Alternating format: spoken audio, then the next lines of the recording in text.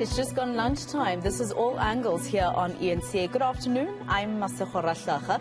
So it is that time of the day when we give you an update on how far some of the stories we've been following up for you throughout the course of the day have advanced. Here's your lunchtime update. Our reporters are out and about bringing you the latest on today's top stories. Let's get an update now. I'm joined by Nobesuthu Hejana in Cape Town. Siphamandla Goge is in Johannesburg and Ayesha Ismail is in Cape Town as well. Nobesuthu, I'm going to start with you. Of course, power cuts are a thorn on the side of South Africans, but some areas across the country experience situations of having absolutely no power for weeks or even months on end. You visited such an area and I understand leadership there or leaders are threatening to sue Eskom. Certainly. In fact, what we found out from the resident as well as activists in this particular area of West Bank, the communities have been without power for about 3 months now. And yesterday, the Human Rights Commissioner, Mr. Chris Nissen, conducted an oversight and visited the area, spoke to the residents to find out what were the issues. And this morning he attempted to ask or request for an interview or rather meeting with the Eskom officials, but he also failed in saying that, he's going to hold them accountable. But where we are in Block D, we are in a house of Umama Unomtandazo, and she's been without power since last year in November.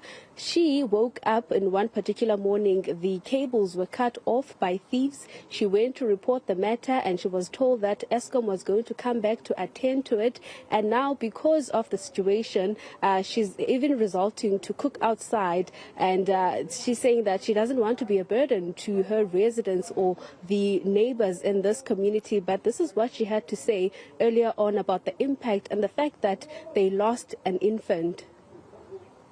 Utata ophetheyo apha the hospital yele West Bank akanahoyo ngoba kudala sayiripota lento yalapha kwam akathathi nonyawo uyapromise kangangoba ngepasika ngalawo nge8 yepasika sasinomntana omncinci okwasengavuki apha endlini kungexesha kungalayitwayo nalapho ndaya ndomripotelwa sizisela into asizisela zona ezobribe thina yaqona apha kwasa umntana engavuki kodwa kudala ndihamba phaya kwaloku asinambani ende noba umntana yagula umbone ebusuku ulayita ngantoni ngamehlo be-traumatizing ngoba kaloku noba uyavuka uyacinga ndizawulayita ntoni ilanga liyatshona ndizawuthini.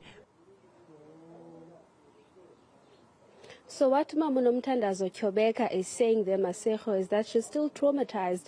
Earlier this year, around April, during the Passover, they woke up in the morning and a 1-month-old baby had died. She says she doesn't know whether the baby died in the evening or in the early hours of the morning because it was dark. They have no power since November. She went to the ward councillor and the ward councillor promised to look into this. And up until today, she's still without power and there's no been response from the Eskom side as to how far are they going to fix or how far are they in trying to fix her situation.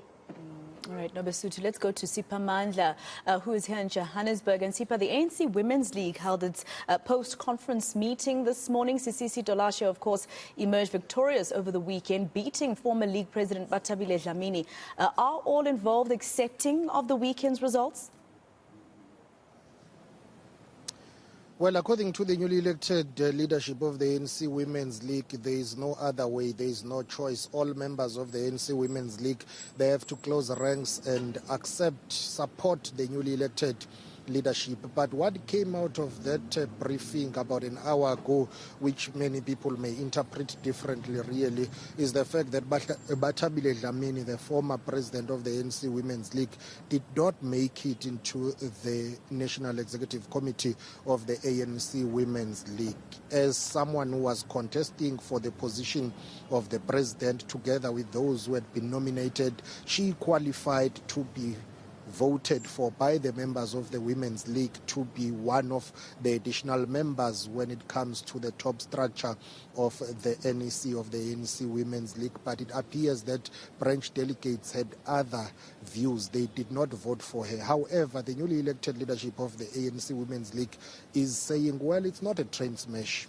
She's an ex-officio of the ANC Women's League. As the former president, she qualifies to sit in the meetings of the Women's League. She will not be lost in terms of her contribution, so she will still be part of the ANC Women's League top leadership structures. She will attend the programs and meetings of the ANC Women's League. And also we did ask them about the issue of the national question to say some people may have concerns regarding the overall representation and the issue of demographics, what is known in the ANC as the national question. People from other race groups, they say, well, there are people from other minorities who are part of the NEC of the ANC Women's League, but most importantly, they still need to reconvene in a hybrid format and conclude their conference, because they did not deal with the issue of policy matters. They only dealt with registration and voting of the officials. They also voted for additionals which were announced today. It's a structure of 40 members. So at a later stage, when the NEC of the ANC Women's League has met, then they will decide when is the next date to reconvene for the conference. But take a listen to the president of the ANC Women's League talking about the vision of the newly elected leadership. My vision as the president will be informed by the outcome of the national conference of the ANC Women's League.